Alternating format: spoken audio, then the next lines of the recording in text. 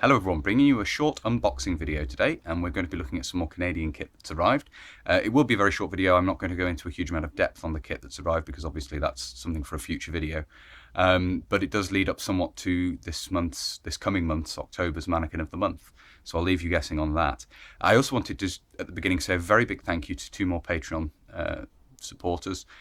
Jake Brown, who has his own YouTube channel, and I've linked to that previously. I'll link to that down in a pinned comment below if you want to go and check out his channel. And also, very big thank you to Hat Green, the museum at Hat Green, the nuclear bunker there. They have very kindly supported me through Patreon as well, and obviously a link to their website is present in the pinned comment as well. I would definitely recommend visiting the museum. It's a fascinating place. There is a huge amount of information on the bunker itself presented there, but they also have displays of radar technology, civil defence. They have a Russian missile silo control room set up in one of the rooms in there.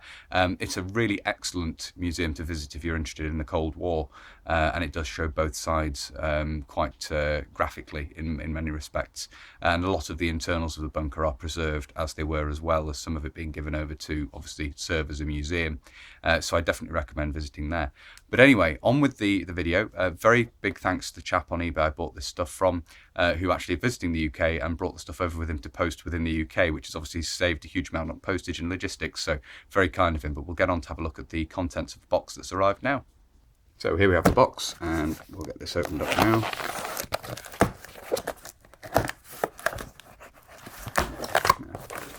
There we go. Easy enough. Probably best moving this to one side again, getting bits out of it bit by bit. What we have at the top here, I recognise. We have fairly early pair of Canadian combat trousers. I forget the exact date that was on these. Are they 65? 1963. You can see there on the label. Hope that's clear enough there. And these are part of the Canadian. These are the GS combat trousers, part of the Canadian combat uniform. So we'll be having a look at these in more detail in the future. So they're a nice addition to the collection. Also have a lightweight. I think this is slightly later. This might be 70s or 80s. Can't remember if there was a date on the label in this, or whether it's just it's a fairly modern one. You can see there the metric sizing and so on. This may even be 90s. See that? Hopefully that's in focus. But this is a lightweight combat shirt or shirt coat. You can see here the distinctive Canadian buttons, which of course would go on to influence those used on British uniform in the 1990s. But yes, so that's a nice addition as well. This was all very good value, I have to say. Very kind of the chap to bring it over and ship it within the UK. Pair of socks, relatively modern, 2008, there we are, but Canadian combat socks. See there. A Canadian combat cap. This is a very nice example.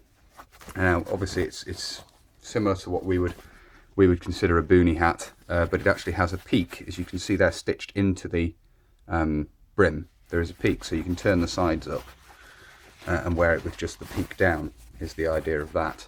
I believe this was referred to as the Robin Hood style, because it does look a little bit like a Robin Hood hat when you.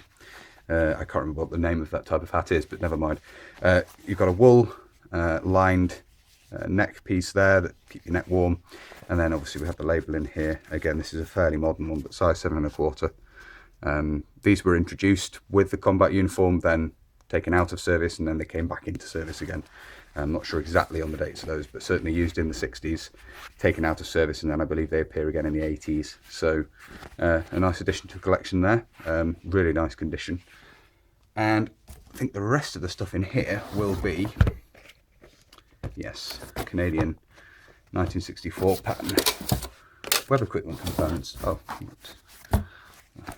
carry there. And these are the braces with a Canadian shell dressing, a Canadian field dressing, dressing large field, I think these are referred to. But anyway, the Y type suspenders there for the system. Put those to one side. Canteen carrier, mess tin pouch, grenade pouch, and then we've got a canteen and cup here. That is, doesn't have a date on it, the cup, can't see. CAN RGS. There doesn't actually appear to be a date, that's stainless steel. And then we have a canteen, which is 1982. So I do have an earlier dated Canadian canteen, so that's nice to have a later dated one to go with this sort of stuff, or indeed the later, the 82 pattern Canadian kit. I think it's 82 pattern. And then the rather naff belt that goes with it, with a plastic buckle there. As I say, we'll be taking it just snaps together like that. It's quite a flimsy design in many ways. But anyway, we'll be having a look at this in more detail going forward, and that's, as I say, components of the Canadian 1964 pattern web equipment. A step back in some ways, I would say, in terms of design. But never mind, as I say, we'll have a look at those in more detail going forward. So there we are, that's a look at the recently arrived Canadian kit that's arrived, as I say, sort of 60s onwards, 1964 pattern web equipment there, and some of the combat uniform as well, which is very interesting. Canada's own design of combat uniform. Canada's thinking, just not to go into too much detail, but Canada's thinking seems to be a little muddled in the 60s, regards using very modern design and technology in a lot of their equipment, so modern materials, and obviously introducing a combat uniform and so forth quite early, and it being made of good, strong materials, and some of the design elements being quite innovative. At the same time, some of the thinking seems to have been a little odd. The lack of magazine pouches being one with the new equipment. That seems to be, well, we'll get into that when we talk more about the web equipment and the combat uniform design. So there we are, that's a look at what's arrived today. If you like this sort of stuff, if you like my uploads, then please do consider subscribing to the channel if you haven't already. And obviously there's also a Facebook and an Instagram page which you can follow as well, where I post photographs, and obviously when the Mannequin of the Month video comes out, there will be photographs of that posted over there as well.